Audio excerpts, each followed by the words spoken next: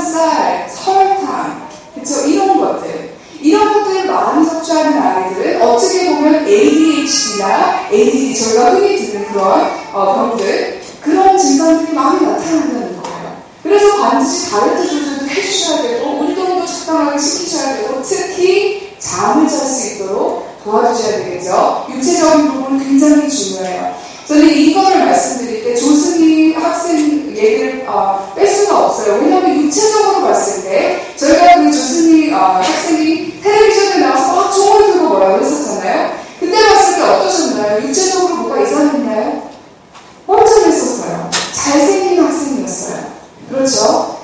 직장으로는 어땠나요?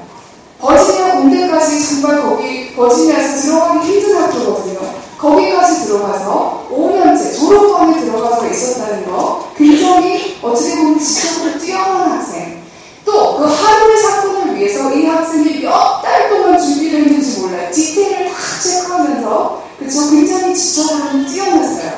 육체적으로도 괜찮고 지적으로도 똑똑하고, 사실 미국에서 상담을 하다 보면 백인들, 흑인들, 라티노 사람들, 그런 아이들 다 상담을 해봐도 정서적으로 문제가 있을 때는 성적이 떨어져요.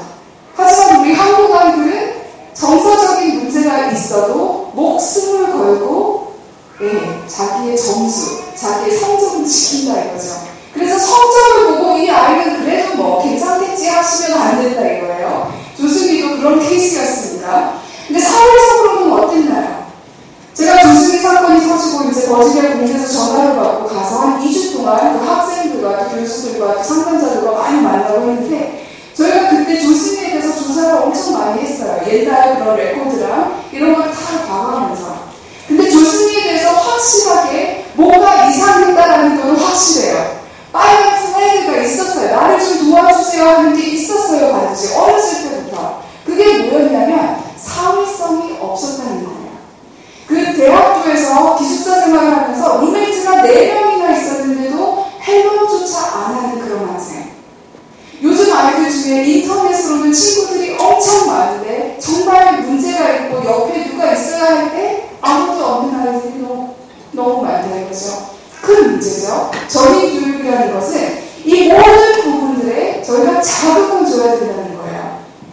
정말 도덕적인 부분, 영적인 부분, 감정적인 부분 다 굉장히 중요하죠. 이 도덕적인 부분도 엄청나게 중요해요. 한 아이가 강의를 통해서 저한테 찾아왔어요. 한 5살짜리밖에 안 됐는데 선생님 훔치는 거 잘못된 거죠. 당연하죠. 왜? 근데 엄마가요 시장 가서 돈 내기 전에 막 포도랑 이런 걸 막 드신다는 거예요. 돈 안 냈는데 훔친다는 거예요. 엄마가 도둑하는 사람이 아니야. 도둑이 아니냐.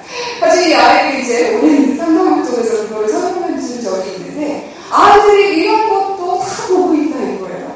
그러니까 어머님들, 아버님들 설명을 많이 해주셔야 되겠죠. 사실 영적인 부분도 꼭 종교가 아니라고 해도 정말 왜 내가 인생을 사는지 이런 것들 심어주셔야 돼요. 어렸을 때부터. 그렇죠? 자기가 어디에 있는지 이런 것도 참 중요하죠. 감정적인 부분도 너무너무 지금까지 말씀드렸던 것처럼 중요한데, 전인교육이라는 것은 건강한 사람을 만들어내려면 이 모든 부분에 저희가 자극을 줘야 된다. 근데 자극을 준다는 게 별거 아니에요. 아이가 학교에서 딱 집에 왔을 때 주로 뭐라고 물어보시죠?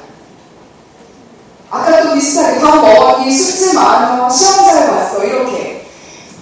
부모님 이 yes or no 할 수 있는 질문은요 쓸모없는 질문이에요. 사실 물어보지 마세요. 이제 yes, no 하면 별 자극이 없어요. 별 생각 안 해도 그냥 네 하고 들어갈 수 있고 아니요 하고 들어갈 수 있어요.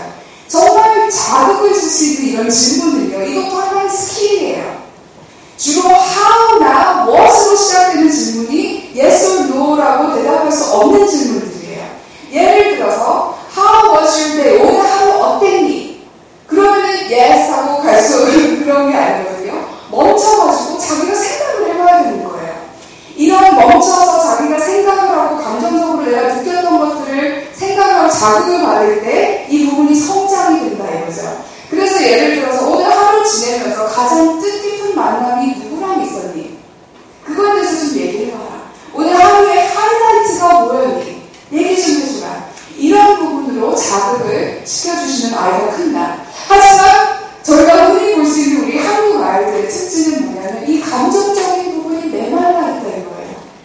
제가 아이들에게 주로 물어봐요. 어른인데도 불구하고 아직도 화가 나면 물건을 던지거나 때리거나 이런 행동을 본 사람, 아이들이 손을 다 들어요. 누구 얘기하는 걸까요? 네, 부모님 주로.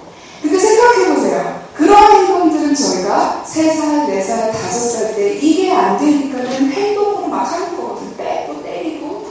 근데 어른이 돼서도 그 행동을 아직까지도 하고 있다는 뜻은 멈춰버린 거예요. 성장을 못하고 감정적인 문제가 있었을 때, 화가 났을 때, 문제가 있을 때 내가 푸는 방법, 대처 방법을 모르고 그런 아직까지 어린 아이의 행동을 취한다 이거죠. 참 큰 문제죠. 한 아이가 저한테 와서 이렇게